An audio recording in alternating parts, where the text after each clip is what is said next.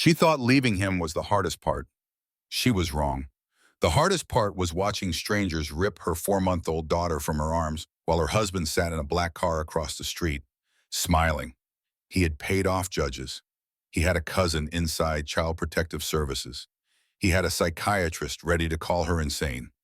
Every piece of his trap had been set months before she ever found the courage to run. But Harrison made one mistake. He underestimated what a mother would do to get her child back. This is a story of betrayal, corruption, and revenge served cold. If stories like this grip your heart, hit subscribe, leave a comment, share this with someone who needs hope today. At 3:47 in the morning, while her newborn daughter slept peacefully in the next room, Claire Dawson discovered a secret that would shatter everything she believed about her marriage. The nursery was dark except for the pale blue glow of the baby monitor, its light casting shadows across Claire's exhausted face. Emma had finally fallen asleep after 2 hours of fussing, and Claire should have been sleeping too. Instead, she sat in the rocking chair Harrison had bought, the one that cost more than her first car, scrolling through her phone with trembling fingers. It started with a credit card she had never signed for, a notification that should not have existed. When she logged into the family accounts to investigate, she found a rabbit hole that made her stomach turn. Hidden credit cards in both their names, a condominium in Miami she had never seen, investment accounts worth over $4 million with balances that dwarfed what Harrison had told her they were worth. And her name was nowhere on any of it. Not really. She was listed as a secondary holder on exactly one checking account, the one he deposited her monthly allowance into like she was a child receiving lunch money. Claire had been a corporate attorney once. She graduated top of her class at Columbia, passed the bar on her first attempt. She knew what financial control looked like when it was dressed up in legal language. She just never thought she would be living inside it. Her fingers moved quickly now, screenshotting everything, the accounts, the credit cards, the property records. She sent them to a backup email address Harrison did not know about, then deleted the sent folder and cleared her browser history. Then she found something that made her blood run cold. Monthly payments to Coastal Medical Associates, $15,000 a month for 8 months. The payments had started when she got pregnant with Emma. Claire stared at the screen, her mind racing. What kind of medical treatment cost that much? And why was Harrison hiding it from her? Somewhere deep in the apartment. The front door opened. Claire's heart seized. She checked the time again, 3:52 in the morning. She heard his keys drop onto the marble counter in the kitchen. His footsteps, slightly unsteady, the creak of the hallway floor. Harrison did not call out for her. He did not check on Emma. He moved straight toward the master bedroom, paused outside the door. His phone buzzed. She heard him laugh softly, a sound that used to make her heart flutter. Now it made her skin crawl. The quiet tap of fingers on screen, then the guest room door closing. Claire waited 5 full minutes before she moved. When she finally stood, her legs felt like they belonged to someone else.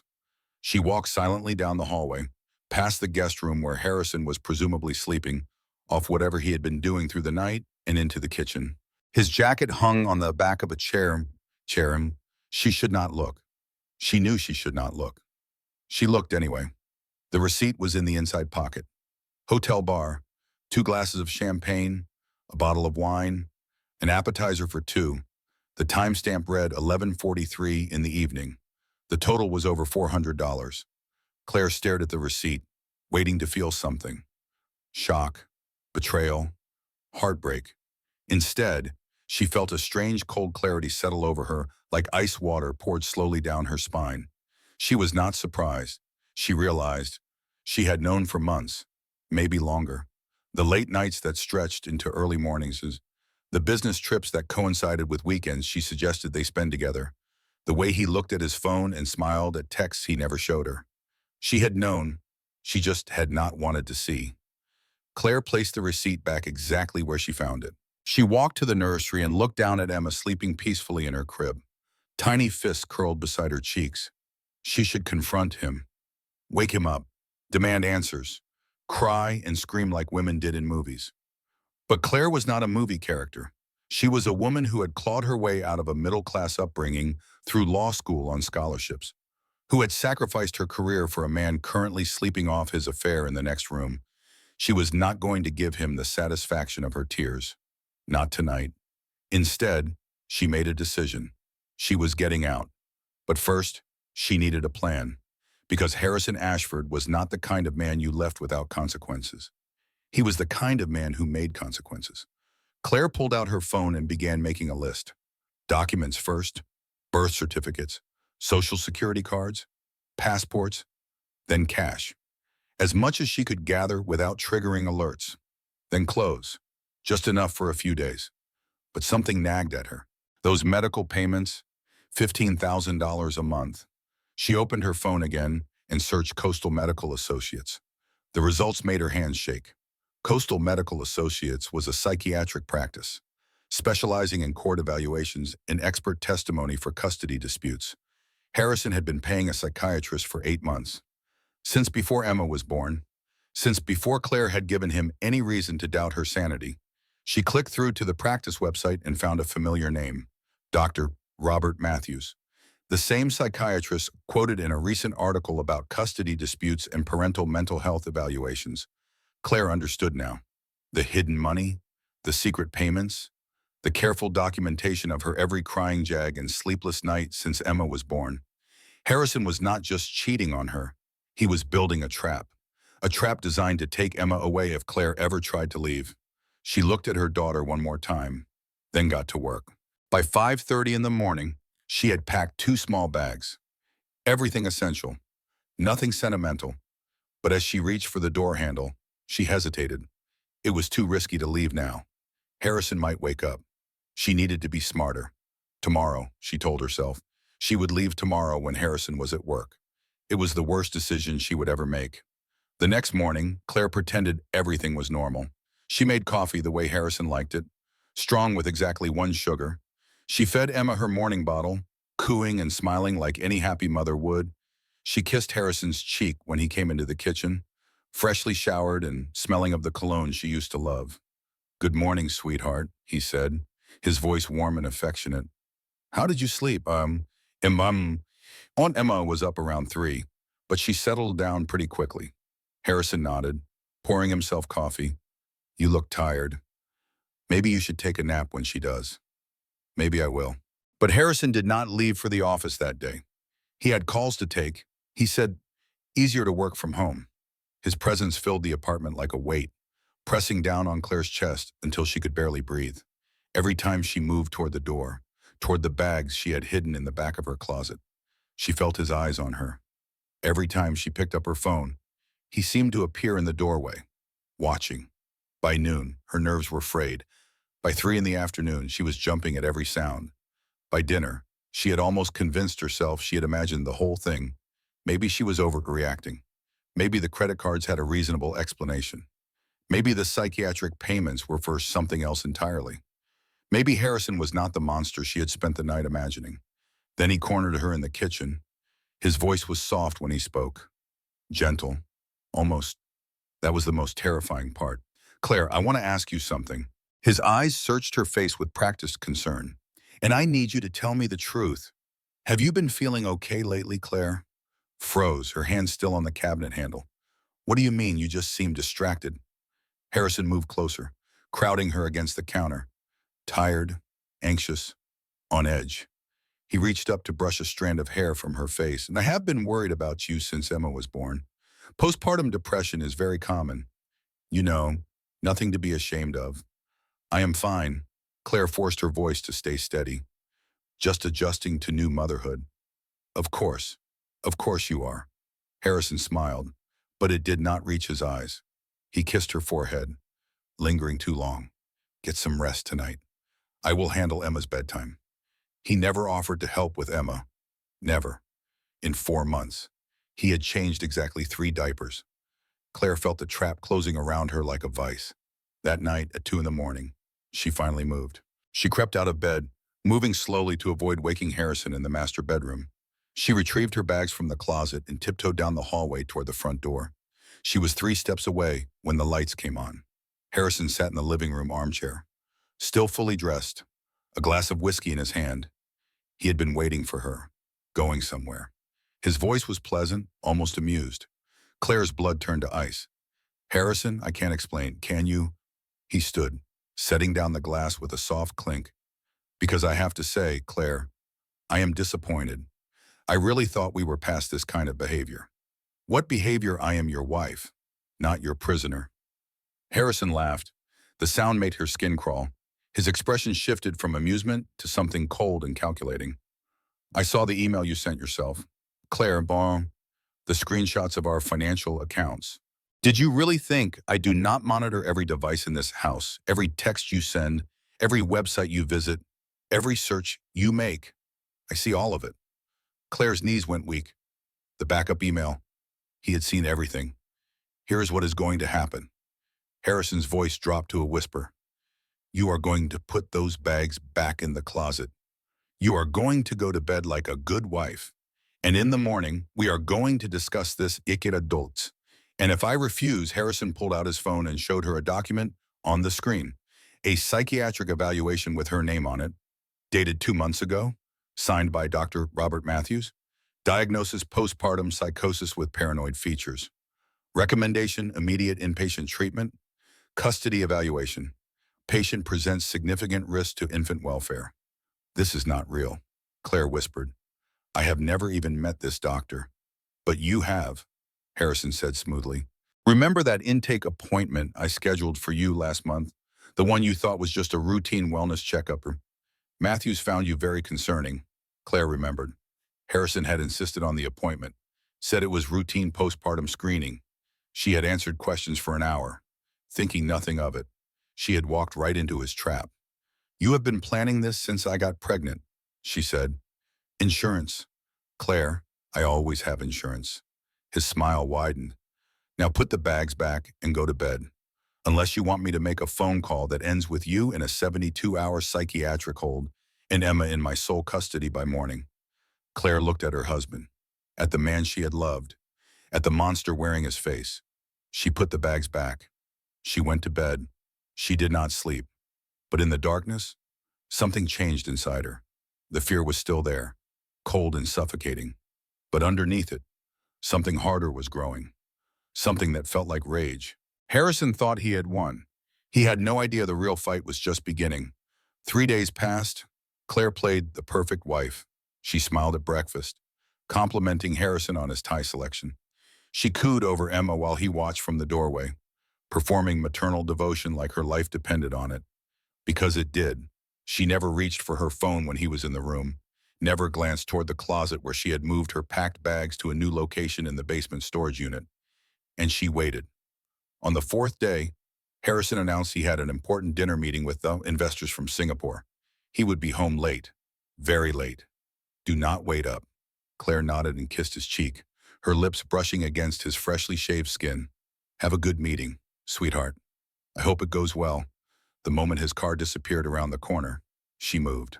Her first call was to Meredith Walsh, her law school roommate who had become one of the fiercest divorce attorneys on the East Coast. Claire used a burner phone she had bought with Kefil at a gas station 2 towns over, paying in crumpled bills she had saved from grocery money.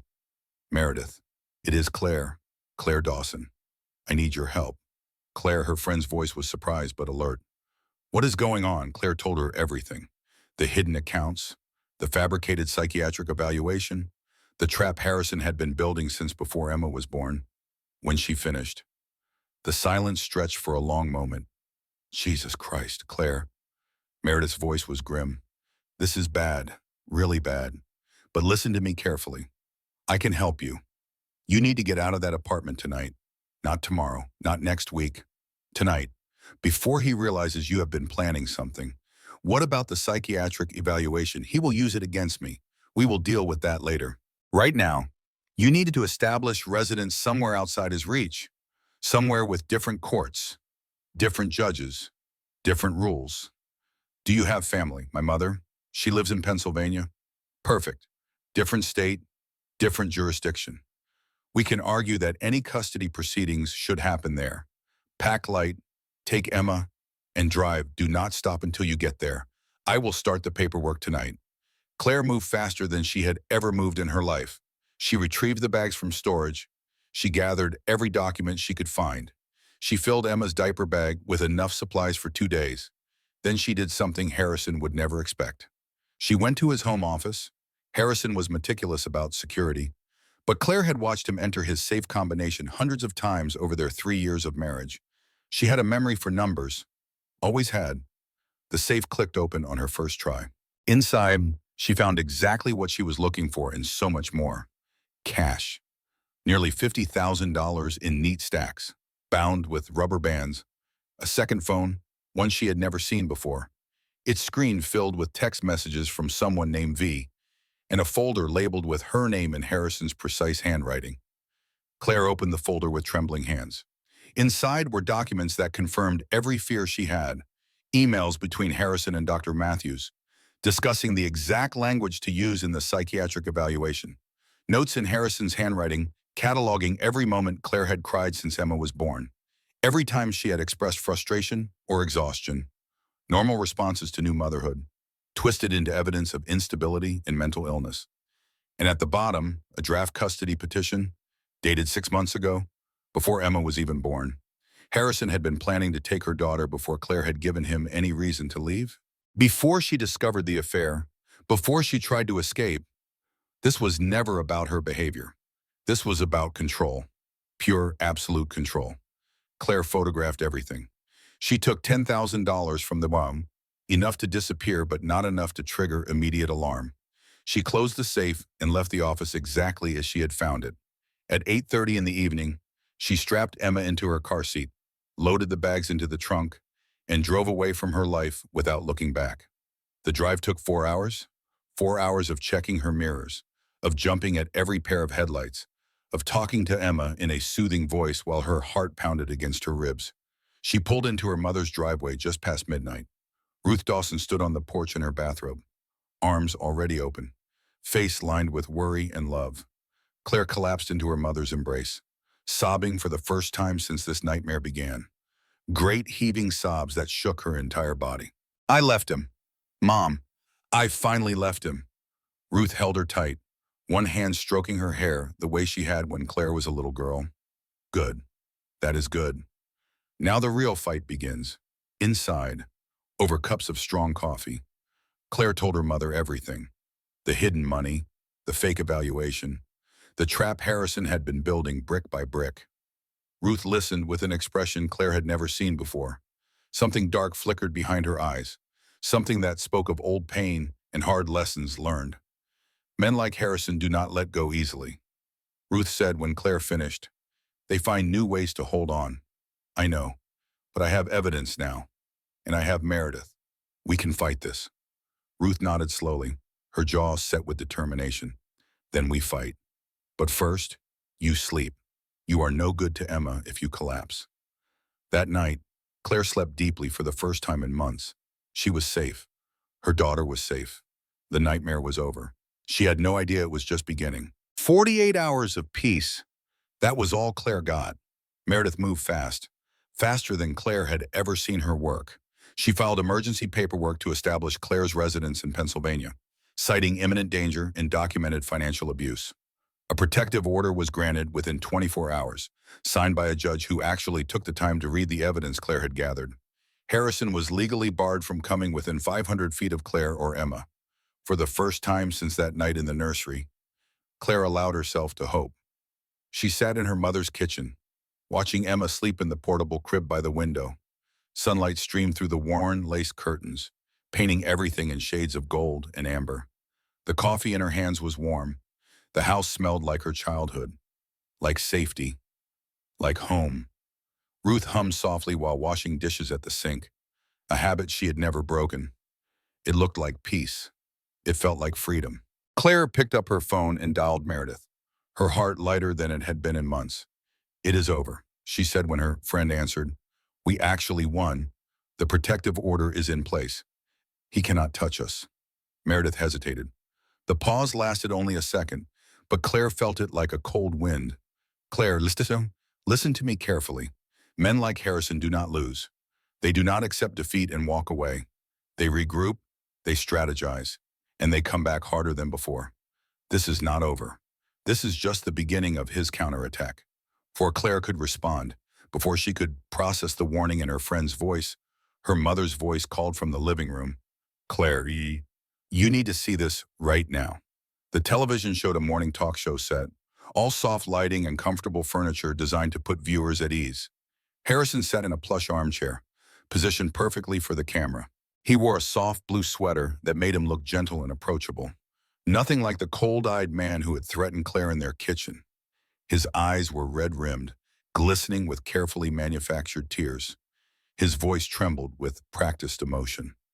"My wife has struggled since Emma was born," Harrison said, looking directly into the camera, as if speaking to every mother in America. "Postpartum depression, anxiety, paranoia that got worse every week. I tried so hard to get her help.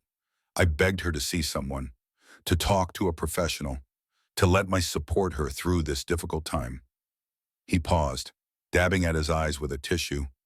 "Then one night when I came home from work and found our apartment empty. She had just taken our baby and disappeared. No note, no explanation, nothing."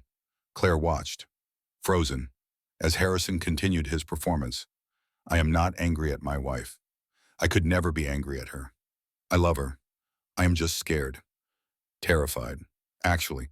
If anyone has seen Claire, if anyone knows where she might have taken our daughter, please help me bring Emma home safely.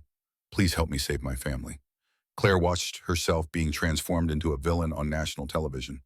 A mentally ill kidnapper, a danger to her own child, the concerned husband, the victim, the hero trying to save his baby from a disturbed woman. Every word was a lie wrapped in the appearance of love. The host nodded sympathetically, reaching out to pat Harrison's hand. "You are so brave for sharing this. Our hearts go out to you." The comments section was already exploding. Within the hour, hashtag Find Emma was trending nationwide. Strangers on the internet were calling Claire a monster, a lunatic, a threat to her own child. People who had never met her were armchair diagnosing her mental illness, sharing the interview with righteous fury, demanding justice for the poor father whose wife had stolen his baby. "He is lying," Claire whispered, her voice barely audible. "Every single word is a lie. He planned this. He has been planning this for months. Lies that millions of people just watched and believed." Ruth said quietly. She turned off the television with a sharp click. But the damage was already done. "What do we do now?" Meredith's voice came through the phone, sharp and focused despite the fear Claire could hear underneath. "We fight back.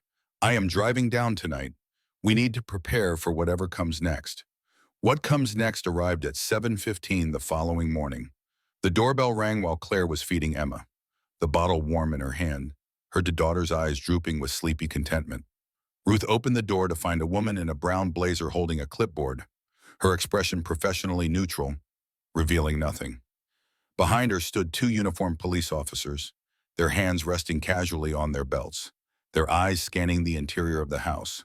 Claire Dawson. The woman looked past Ruth into the house, her gaze landing on Claire and the baby with unsettling precision. "I am Lydia Crane with Child Protective Services. We received an emergency report of child endangerment. I need to see the baby immediately." Claire's stomach dropped. She felt the blood drain from her face. She set down the bottle and stood slowly, still holding Emma against her chest. Her daughter's warm weight was the only thing keeping her grounded, keeping her from screaming. "This is harassment," Claire said, fighting to keep her voice steady. "My husband is lying. He has fabricated evidence against me. I have documentation proving everything he has done, ma'am. We have official documentation indicating you may be experiencing a mental health crisis." The woman's voice was smooth, rehearsed, completely devoid of empathy. "We are required by law to ensure the child's safety. I am sure you understand." Meredith pushed forward, positioning herself between Claire and the CPS worker like a shield. "I am Mrs. Dawson's attorney. I need to see that documentation before you proceed with anything." The worker handed over a folder without hesitation. Meredith opened it, scanned the contents, and her face went pale. The color drained from her cheeks like water from a sink, and Claire felt her heart stop. "Claire," her voice was strange, hollow. "The CPS worker who filed this report. Her name is Lydia Crane." "Yes," I heard her introduce herself. "Her full name is Lydia Crane, maiden name Ashford." Meredith looked up, her eyes filled with something between fury and despair. "She is Harrison's first cousin." Claire stared at the woman standing on her mother's porch. Harrison's cousin. Running the investigation into Claire's fitness as a mother. The trap had been set long before Claire ever tried to escape. Every piece was connected, every move anticipated. The officer stepped on forward, his hand outstretched. "Ma'am, please cooperate. We do not want to make this difficult for anyone involved." "You cannot do this," Claire said, her voice cracking with desperation. "This is a conflict of interest. This is illegal. You have to see that this is—" But the officer was already reaching for Emma. Claire felt hands pulling her arms apart, strong fingers prying loose her grip on her daughter. Emma started crying, her wails piercing the morning air, confused and frightened. Someone was screaming, and Claire realized the screaming was her own voice, raw and desperate and utterly helpless. "Please," Claire begged, "please do not take my baby. She needs me. She needs her mother." No one listened. The last thing she saw before they took her daughter was a black car parked at the curb. Harrison sat in the passenger seat, watching through the tinted window, his silhouette perfectly still. He was smiling. 2 weeks passed. 2 weeks of legal motions and emergency hearings. 2 weeks of Meredith fighting every dirty trick Harrison's lawyers threw at them with increasingly desperate countermeasures. 2 weeks of Claire lying awake at night, staring at the ceiling, wondering if she would ever hold her daughter again. The conflict of interest complaint went nowhere. Lydia Crane claimed she had recused herself from the case immediately upon recognizing the family connection. Conveniently, there was no record of her involvement in the official file. The paperwork had been sanitized. The psychiatric evaluation was ruled admissible. Dr. Matthews testified under oath that he had genuine concerns about Claire's mental state, that his professional opinion was based solely on their clinical interaction. He sat on the witness stand in his expensive suit, lying through his teeth with practiced ease.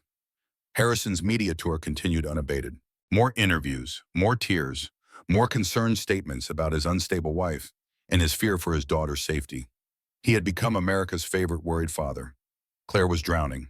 Every lifeline she grabbed dissolved in her hands. Then Meredith called with unexpected news. "I found something," Meredith said, her voice carrying a spark of energy Claire had not heard in days. "Harrison's mistress. Her name is Vanessa Cole. She is a junior analyst at his firm, 28 years old. Been seeing him for about a year. And here is the interesting part.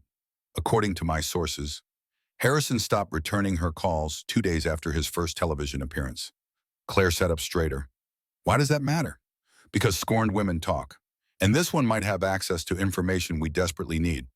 Claire met Vanessa at a diner 30 miles outside the city, a place with sticky vinyl booths and coffee that had been sitting on the burner too long. The woman looked nothing like Claire had expected. Younger, with blonde hair and careful makeup that could not quite hide the dark circles under her eyes. Pretty in a polished corporate way, and absolutely furious.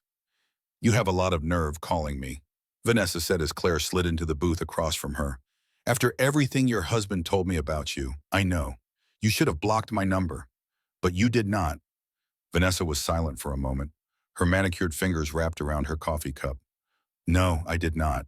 Because he stopped answering my texts the day after that first interview. 15 messages, and nothing. Like I never existed. Like the past year meant nothing to him." She looked up, and Claire saw something familiar in her eyes. The dawning realization of betrayal. "I gave him everything," Vanessa continued. "I believed every promise he made. He was going to leave you. We were going to be together. We were going to build a life. And now I am just another loose end he needs to clean up." Claire pulled out her phone and slid it across the table. On the screen were text messages she had found on Harrison's second phone. Messages between Harrison and another woman, someone named Jennifer. Dated during the same trip to Cabo that Vanessa had mentioned in a tabloid interview. "He was texting her while he was with you," Claire said quietly, "telling her he loved her, making plans to see her the moment he got back from your romantic getaway." Vanessa stared at the screen. Her face went pale, then flushed red with anger. "He played us both," Claire said. "He plays everyone. That is what he does. That is who he is." Vanessa looked up, her eyes shining with unshed tears. "What do you want from me?" "Access to his office after hours. There are files in his safe, documents that could prove he fabricated my psychiatric evaluation, that he has been planning this custody attack for months. Evidence that could help me get my daughter back. You want me to help you commit corporate espionage. I want you to help me expose a man who has been lying to both of us." Claire held her gaze steadily. You can say no. You can walk out of here right now. Call Harrison and tell him everything I just said. But I think we both know he will not thank you for the warning. He will just find another way to make sure you stay quiet. Vanessa was silent for a long moment. The diner hummed around them, other lives continuing without any knowledge of the war being waged in this back booth. Thursday, she finally said, there is a company gala at the Ritz. Everyone will be there until at least midnight.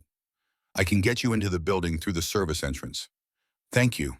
I know this is not easy. Do not thank me yet. Vanessa stood, gathering her purse. If this goes wrong, we are both going to prison. Then we better make sure it does not go wrong. Vanessa paused at the edge of the booth, looking down at Claire with an expression that was almost sympathetic. He told me you were cold, she said softly. Distant, impossible to please. He said you never really loved him. Claire smiled sadly. He told me you were nobody important, just an assistant with an obvious crush. They looked at each other for a moment. Two women united by the lies of the same man. We should compare notes sometime. Vanessa said, yeah, maybe we should. Thursday night arrived with a cold wind blowing through Manhattan's concrete canyons. The Ashford Financial Building rose 40 stories into the night sky, all glass and steel and cold ambition. Claire stood across the street in the shadows, wearing black clothes and carrying a bag that looked like it belonged to a maintenance worker. Her heart was pounding so hard she could feel it in her teeth. Her burner phone buzzed. A text from Vanessa's service entrance is clear. Security shift change in 5 minutes. Go now! Claire crossed the street with her head down, walking with the purposeful stride of someone who belonged there. She entered through the service door and found Vanessa waiting in the stairwell, dressed in her own black outfit, looking like she might vomit from nerves. This is insane, Vanessa whispered. I cannot believe I am actually doing this. You can still leave. I can handle it alone. No. Vanessa squared her shoulders with visible effort. I want to see what he has been hiding. I need to know the full truth. They climbed 32 flights of stairs because the elevator required a key card that logged every entry. By the time they reached the executive floor, Claire's legs were burning and her lungs ached. But the pain felt good. It felt like progress. The hallway was dark and silent. The office is empty. Vanessa used her card to open the main door, and they slipped inside like shadows. Harrison's corner office was exactly as Claire remembered from her visits during their early marriage. Dark wood furniture imported from Italy. Original artwork on the walls worth more than most houses. A view of Central Park that had cost millions just for the privilege of the vista. The safe was hidden behind a painting of some 19th century battleship, Harrison's favorite piece. Claire remembered the combination. She had always had an excellent memory for numbers, a skill that had served her well in law school and was about to serve her even better now. The safe clicked open on her first attempt. Inside were folders, USB drives, a stack of cash, and a small lockbox. Claire photographed everything. Her phone's flash illuminating documents she was never meant to see. The emails between Harrison and Dr. Matthews, negotiating the exact language of her psychiatric evaluation like lawyers haggling over contract terms. The payments to Judge William Patterson, wire transfers spanning 15 years of corruption, the draft custody petition, dated before Emma was even born, before Claire had given any reason for concern, and something she had not expected. A paternity test for a child named Lucas, dated 8 years ago. The father listed was not Harrison. It was Harrison's father, Charles Ashford. Claire stared at the document, her mind racing. Harrison's father had another son, a secret son, and Harrison had known about it for nearly a decade, keeping the information like a loaded weapon. She photographed everything and closed the safe. They retraced their steps through the dark hallway, down the endless flights of stairs, out the service entrance into the cold night air. We did it. Vanessa breathed as they reached the street. Her voice was shaking with relief and disbelief. We actually did it. Claire felt something she had not felt in weeks. Hope. Real, tangible hope. She had evidence now, enough to expose Harrison's lies and get Emma back. She drove through the night, arriving back in Pennsylvania just as the sun was rising. She was already planning her next moves with Meredith, already imagining the look on Harrison's face when his empire came crashing down. Then she turned onto her mother's street and saw the police cars, 3 cruisers parked in front of Ruth's house, their lights flashing red and blue against the morning sky. An officer approached as Claire pulled into the driveway, his face expressionless. Claire Dawson, you are under arrest for breaking and entering, theft, and violation of a protective order. Claire's world collapsed. Harrison had cameras she had not seen. He had known she would try something desperate. He had wanted her to break into his office, had been waiting for her to make exactly this mistake. Now she was a criminal, and criminals did not get custody of their children. The officer handcuffed her on her mother's front lawn while Ruth watched from the doorway, tears streaming down her face. I will call Meredith, Ruth shouted as they led Claire away. We will fix this. Do not give up, baby. Do not you dare give up. But as they pushed Claire into the back of the cruiser, she felt something inside her shatter. She had played right into Harrison's hands. Again, she had handed him exactly what he needed to destroy her. She spent the night in a holding cell, sitting on a concrete bench, shaking with cold and despair. The evidence she had gathered was ruled inadmissible the next morning because she had obtained it through illegal means. Her bail hearing was delayed because the judge handling such matters was conveniently unavailable. By the time Meredith finally got her released, Claire had nothing left. No evidence, no hope, no idea what to do next. And then things got worse. The first catastrophe came in the form of a legal filing delivered to Meredith's office on a gray Tuesday morning. Harrison's attorneys moved to have Claire's custody claim dismissed entirely, citing her criminal arrest as definitive evidence of her instability and poor judgment. The motion was 23 pages long, meticulously documented, devastatingly thorough. It included photographs from the security cameras Claire had failed to notice, showing her inside Harrison's office, opening his safe, taking documents that did not belong to her. The filing painted a picture of a disturbed woman, desperate and irrational, willing to break the law and risk her own freedom rather than trust the legal system. It quoted the psychiatric evaluation Dr. Matthews had fabricated. It referenced her arrest record, her flight from New York, her increasingly erratic behavior. It made Claire sound like exactly the kind of mother who should not have custody of a child. Meredith fought the motion with everything she had, filing counter motions and objections and demands for discovery. She worked 18-hour days, surviving on coffee and determination, calling in every favor she had accumulated over her career. But the damage was done. Every judge who heard the case would know that Claire had been arrested. Every evaluation would note her criminal record. Every hearing would begin with the assumption that she was unstable, unreliable, potentially dangerous.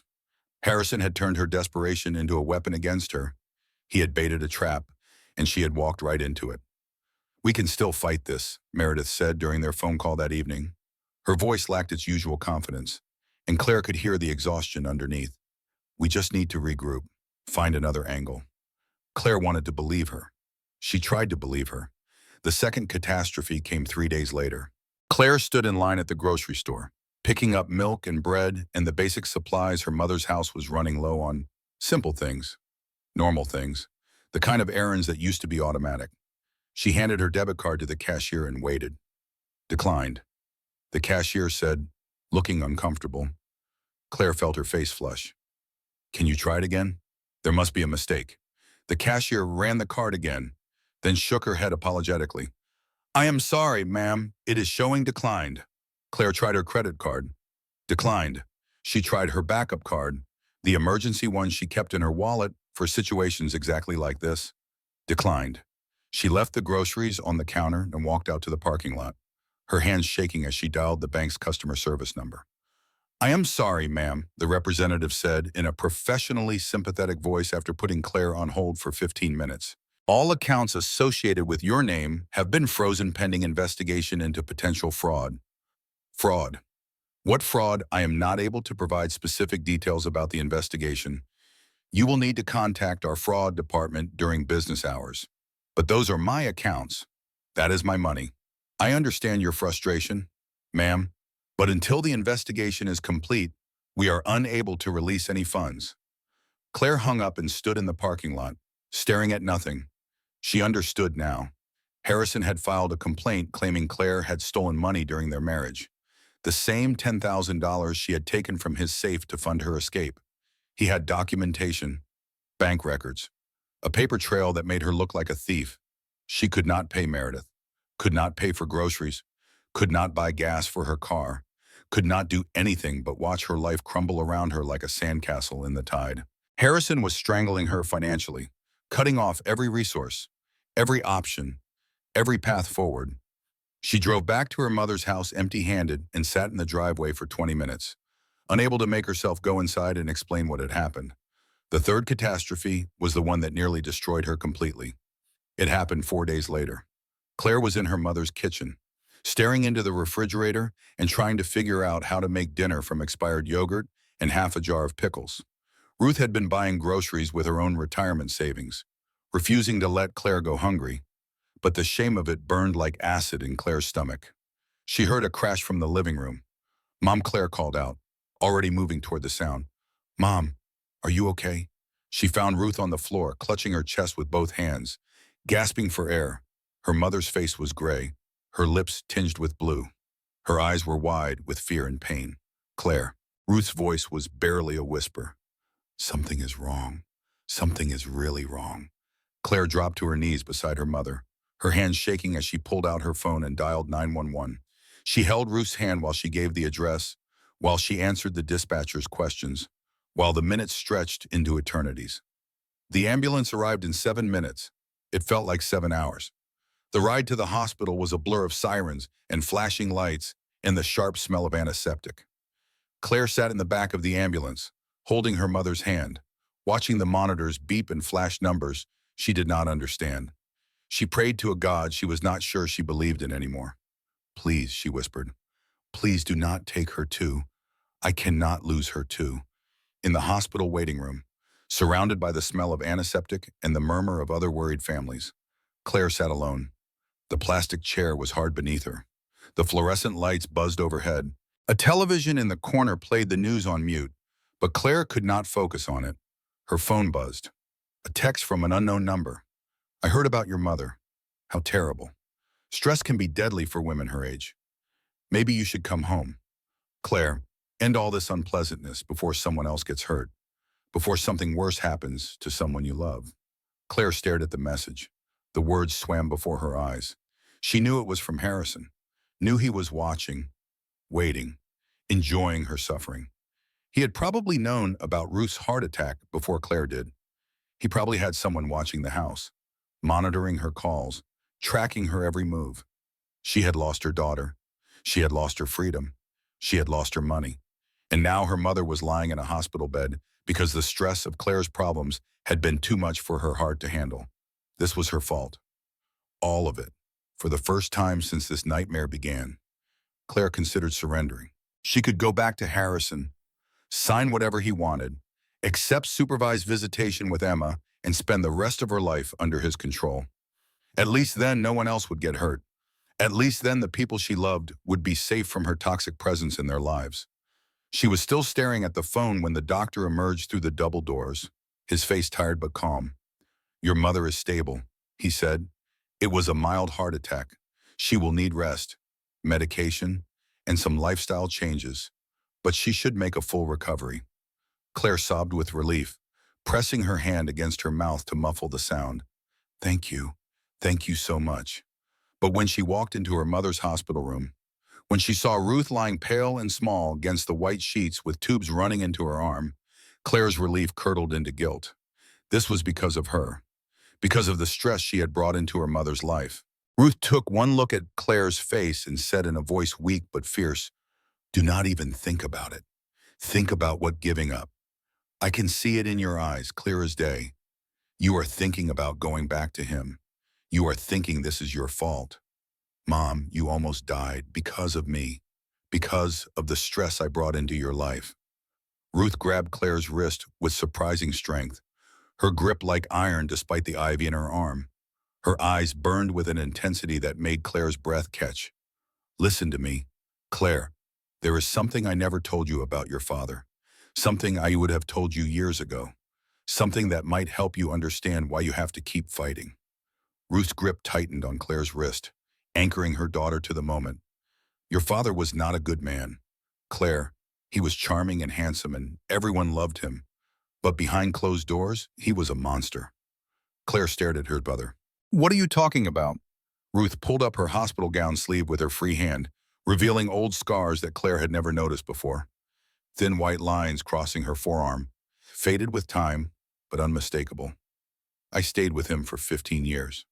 Ruth continued, her voice steady despite the pain in her eyes. I told myself I was protecting you. I told myself it was not that bad, that I was overreacting, that every marriage had problems. I told myself leaving would be worse than staying. You never said anything, all these years, because I was ashamed, because I convinced myself that surviving was enough, that keeping my head down and getting through each day was victory enough. But it was not. It was never enough. She squeezed Claire's hand. You know how your father really died, car accident? You told me he was driving home from work. He was drunk, driving home from his mistress's apartment at 2 in the morning. The same mistress he had been seeing for 7 years, while I pretended not to notice. While I told myself the lipstick on his collar was nothing. While I made excuses for every lie. Claire felt tears streaming down her face. Mom, I am so sorry. Do not be sorry. Be angry. Ruth's eyes burned with intensity. I wasted 15 years being afraid. I will not watch you do the same. You fight. Claire, you fight until you cannot stand. And then you crawl. Because Emma is watching. Even if she is too young to remember any of this, she is watching. And someday she needs to know that her mother never gave up. 3 days after Ruth came home from the hospital, Claire's phone rang. Unknown number. She almost did not answer. Mrs. Dawson. The voice was older, cultured, exhausted. This is Eleanor Ashford, Harrison's mother. Claire's grip tightened on the phone, her knuckles going white. Before you hang up, Eleanor continued quickly, I have something to tell you. Something that could destroy Harrison.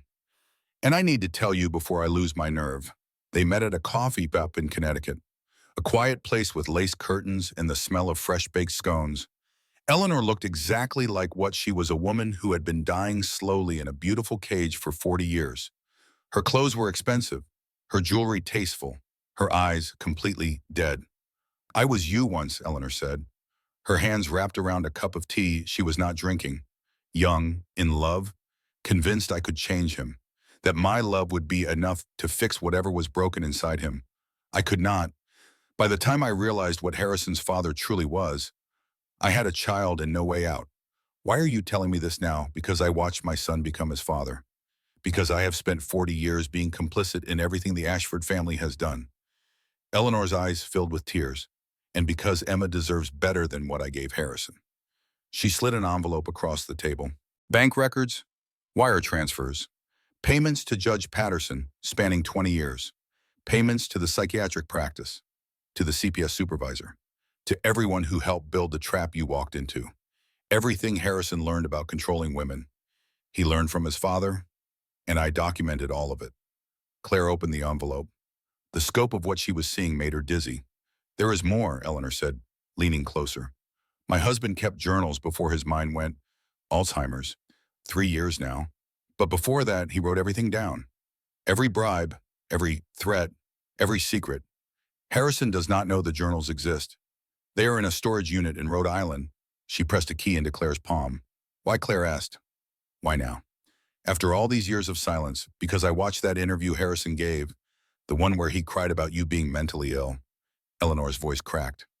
My husband used to give interviews like that about me. 20 years ago, when I tried to leave, I went back. I stayed quiet. I have regretted it every single day since. Claire drove home, clutching the envelope against her chest. She finally had evidence. Real, damning evidence. 2 days later, she turned on the news and felt her heart stop. Eleanor Ashford, wife of financier Charles Ashford, was found dead in her Connecticut home this morning. Authorities are investigating the death as a possible suicide. The phone rang almost immediately. Meredith's voice was grim. Harrison's lawyers are claiming the documents Eleanor gave you were stolen property. They are demanding their return. And Claire, the storage unit in Rhode Island. Someone broke in last night. The journals are gone. Claire sank onto the couch, the envelope still in her hands. They killed her, she whispered. They killed her to keep her quiet. We cannot prove that. But Claire, whatever you do next, be careful. These people will do anything to protect themselves. Anything. Meredith arrived the next morning with dark circles under her eyes and a spark of determination in her gaze that Claire had not seen in weeks. "I found something," Meredith announced, dropping a folder on the kitchen table. "Judge Patterson, the one who has been ruling against you at every turn. He has a daughter named Caroline. She is a reporter at the Tribune, investigative journalism. And according to my sources, she has not spoken to her father in 15 years. Why not? Because she found out what he really does for families like the Ashfords. They met Caroline Patterson at a coffee shop downtown. She was 35, with sharp, intelligent eyes and the carefully controlled anger of someone who had been waiting years for the right moment. My father stopped being my father when I was 12 years old, Carolyn said, flipping through the documents Eleanor had provided. When I found out he was selling verdicts to the highest bidder, that every ruling he made had a price tag attached. Can you use this, Claire asked. This is not enough to convict anyone. The evidence chain is broken, the documentation is incomplete, but it is enough to expose. And once I publish, other victims will come forward. Caroline looked up with a predator's smile. They always do. The article dropped 3 days later. The headline dominated the Tribune's front-page family court judge linked to decades of corruption. Ashford family accused of buying justice in custody disputes. Within hours, the story went viral. Other journalists picked it up, added their own investigations, found new threads to pull.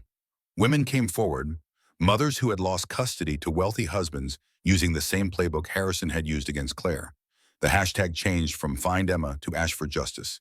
Harrison's carefully constructed image began to crack. His interviews were canceled. His business partners issued statements distancing themselves.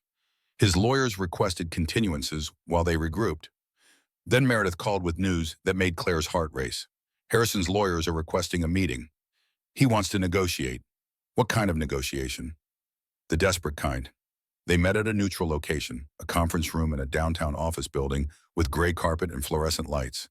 Harrison looked nothing like the polished media personality Claire had watched on television. His suit was wrinkled, his hair uncombed, his eyes were wild, darting around the room like a trapped animal.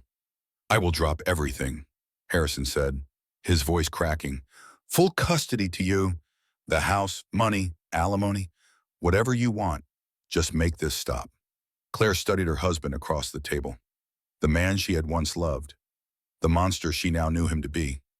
"I do not believe you," she said calmly. Harrison slammed his fist on the table, making everyone jump. "You do not understand what you have done. My family has owned this city for 3 generations. You think some newspaper article is going to change that?" Claire reached into her bag and pulled out her phone. "I think the FBI agents who raided your office this morning might disagree." Harrison's face went white.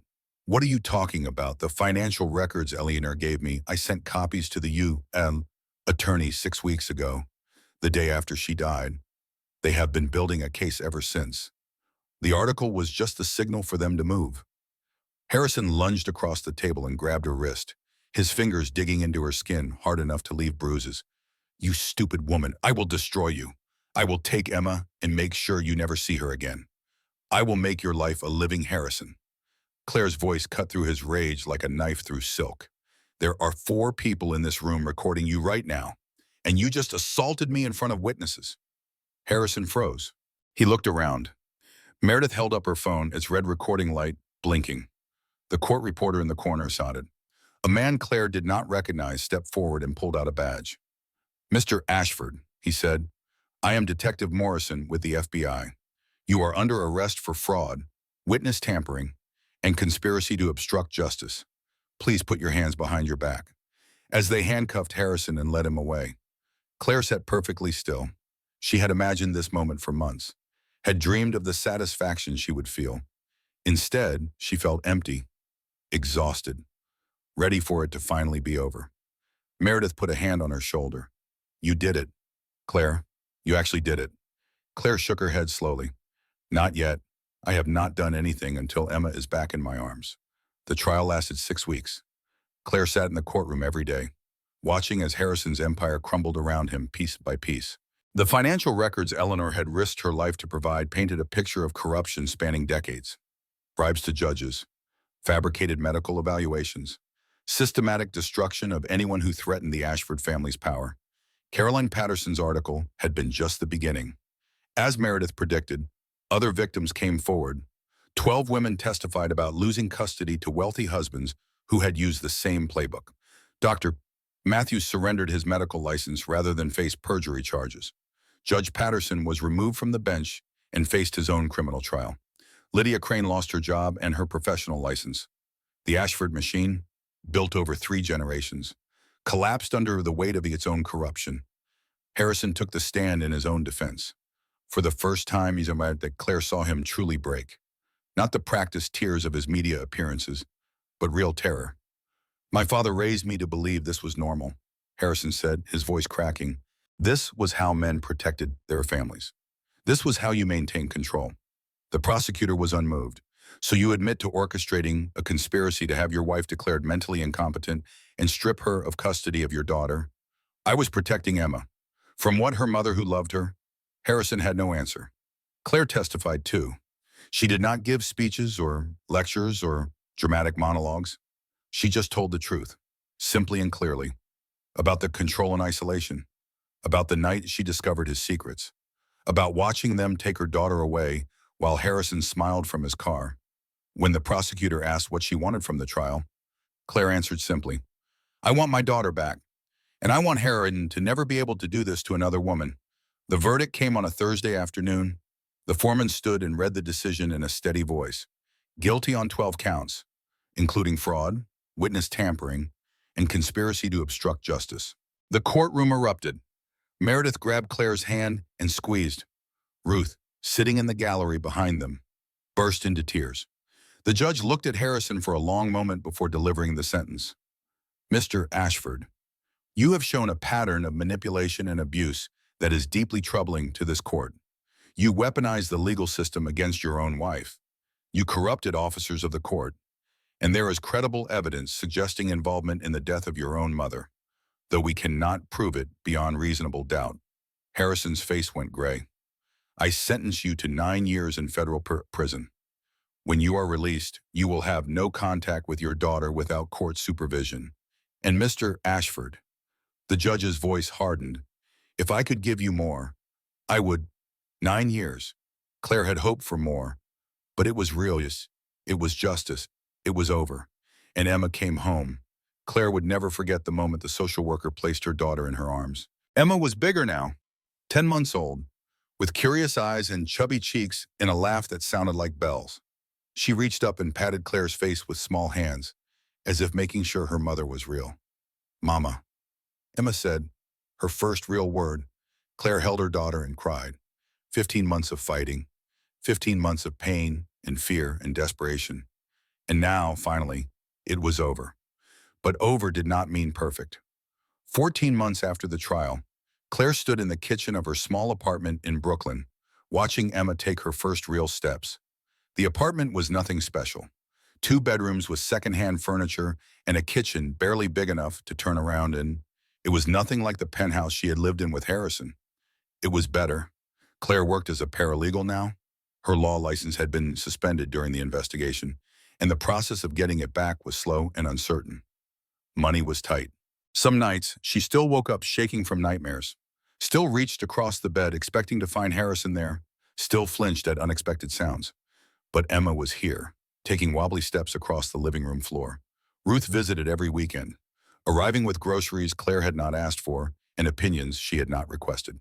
Meredith dropped by for dinner and strategy sessions about Claire's eventual return to practicing law. Even Vanessa came sometimes. They had become something like friends, united by the shared experience of surviving Harrison Ashford. Claire's phone buzzed, a text from an unknown number. "I heard what you did. I am trying to leave my husband. Can you help me?" Claire stared at the message for a long moment.